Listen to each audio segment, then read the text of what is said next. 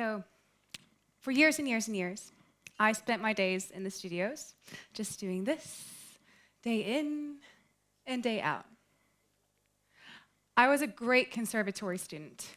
I was focused, precise, persistent, coachable, and I pushed myself. I understood hard work, and I was willing to give all of my time to my craft. There wasn't really time for anything else because, dancers retire really early, right? That's what they say. So the year after, I moved to London and continued my pursuit of a professional career. I really dove into this world of fame. I was determined to succeed and was able to get rid of all distractions. Full days in school, doing the same thing every single day, came home, followed a meticulously clean diet, and then in the evenings, I had a strict schedule of vocal exercises and stretching. And I did the same thing every single day. I never strayed from the schedule because if I did, in my mind, that meant I was not 100% committed and I would never make it. This was the only way to reach my goal. So I was really living my dream. Everything was going according to plan, and then one day, it hit me. Error. I didn't know what had happened, or if anything had even happened, but my tears were there, the panic, the shock, the anxiety, it all just hit me at once, just like with an error message, out of the blue without an invite.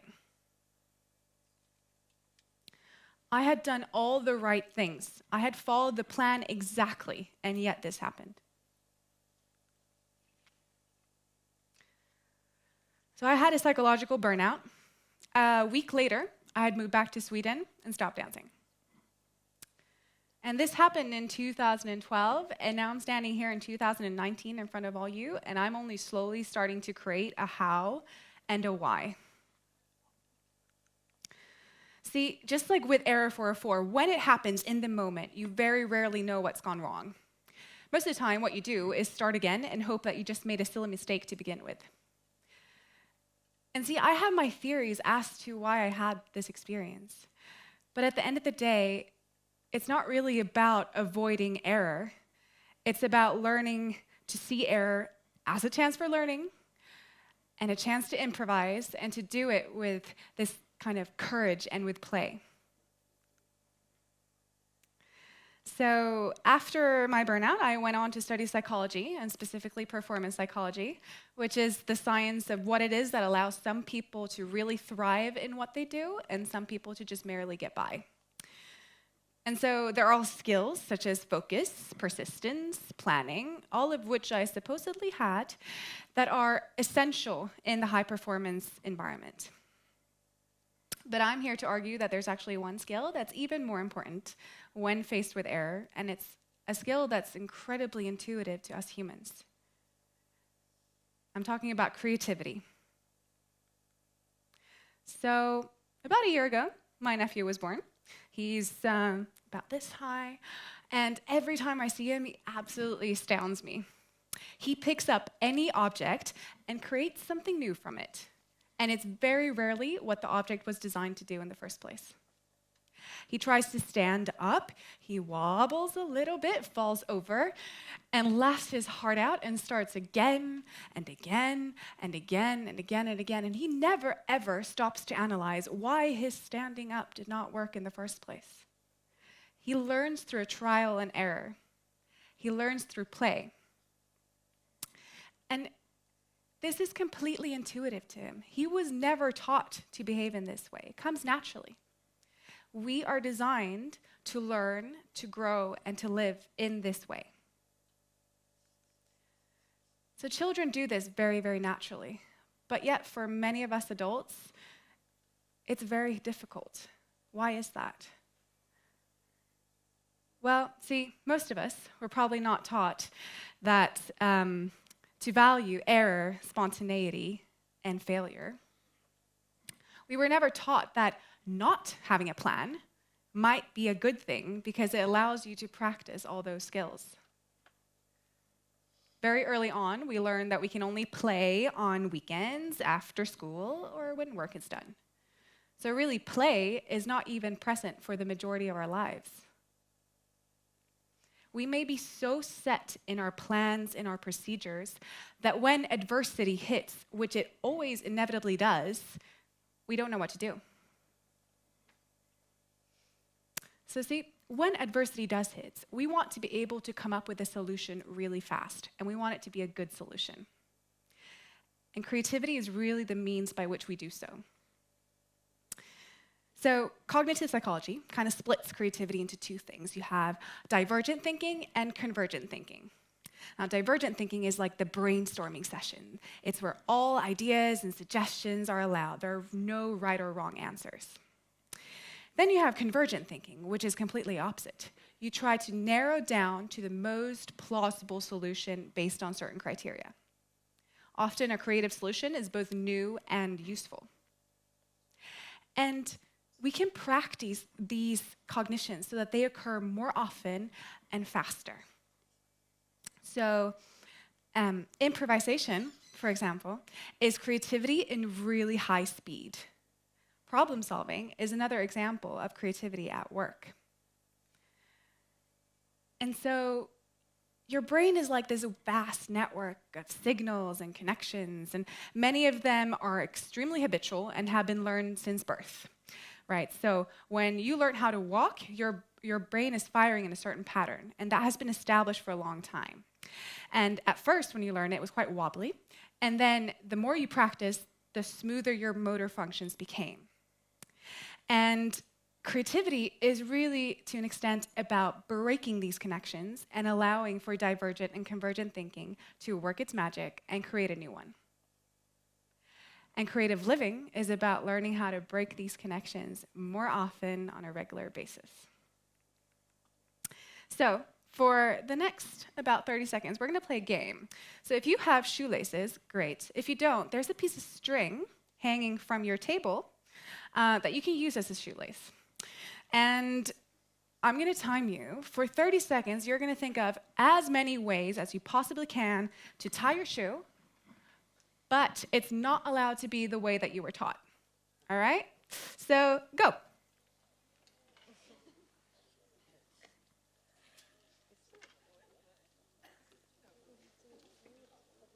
Be as creative as you possibly can.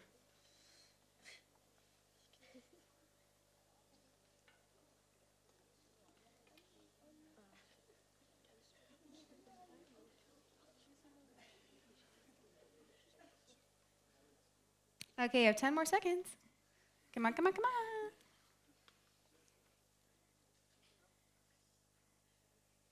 on. All right, so, show of hands. How many of you came up with a better way to tie your shoe? How many of you came up with the worst way to tie your shoe? Good, okay. So, you probably know by now that it really doesn't matter if it was better or if it was worse. The point is that it was new. You activated your divergent thinking. And really what you did is you introduced novelty, and that novelty allowed for a possibility of improvement. So how can we bring in more moments, more possibilities for improvement? I have a couple suggestions. So, number one, you have to expose yourself to novelty. And so a great way to do that, may be silly, but is to take a different route to work every week. And no, the new route does not have to be more efficient. In fact, it's really good if it's really inconvenient because you'll be more alert and you'll pay more attention to your surroundings. Number two, I want you to experience the arts. And yes, I may be very biased, but the truth is that the arts are a great way to question how you think and how you feel. You have the beautiful performances, the weird, the funny, the maddening ones. All of them give you this new experience. Number three, I want you to meet new people. And this can be on your new way to work. It could be at work, at an event, Or, for all the single people out there, maybe these dating apps aren't so stupid after all. If you start to see it a little bit more like a creative, experience, even the good and the bad meetings are still new. Number 4, I want you to be beginners again. So I'm sure most of you here remember when you were in music class and you had to learn, let it be, let it be, let it be, let it be. And some of you probably loved it. Some of you probably couldn't wait for the class to end. You were bored, it was a struggle, the teacher smelled or whatever. And that struggle is actually super important because you're forcing your brain to go into this 2 cognitions again, divergent and convergent thinking. And 5, which is my personal favorite, it's to speak to people that you would not necessarily speak to. Now, these are probably people that come from completely different background from your own. They're probably people that do not share your opinions and your thoughts about things. And here's the tricky thing. I do not want you to try to change their opinions to match yours. All you want to do is listen to them. Now, if that's inconvenient, great. If you get irritated and upset, that is okay. You're simply using it as a tool to question how you think, how you understand, and how you see the world. And see, this last one is also really difficult because we tend to surround ourselves with people that are very similar to ourselves. We all are probably very similar, or else we wouldn't even choose to come to an event like this in the first place. The internet, which used to be a place where you discover new things, has become more and more streamlined to match our preferences, show us things that confirm what we already know, and remove anything that would potentially question that understanding, question your opinions. So with time, it becomes harder and harder to question things, and it becomes harder and harder to debate. So we, as individuals, need to consciously choose to seek out conversation with people that we don't agree with people that come from different places to us, and to just try to listen to them. And so I've tried to adopt these 5 kind of challenges into my own life because I truly believe that my dance journey ended because I did not allow for these daily practices of dealing with failure and with the unexpected. Eventually, because I didn't do that, when error came along, it felt like this huge mountain that I had to try to overcome, and I had no clue of what to do. So if you introduce a little bit more failure and a little bit more spontaneity on a daily basis, I would probably still be dancing for a living, and we all probably have things that we would still be doing. Now, do I have any regrets about it? Not at all.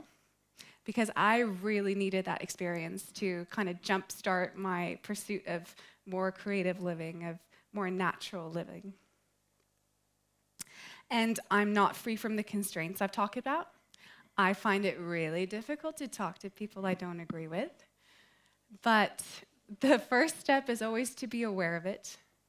And the second step is to consciously expose yourself to novelty. Because, creativity is really natural to us humans. And it is the skill that allows us to improvise, that allows us to problem solve, and to ultimately thrive in the face of error. Thank you.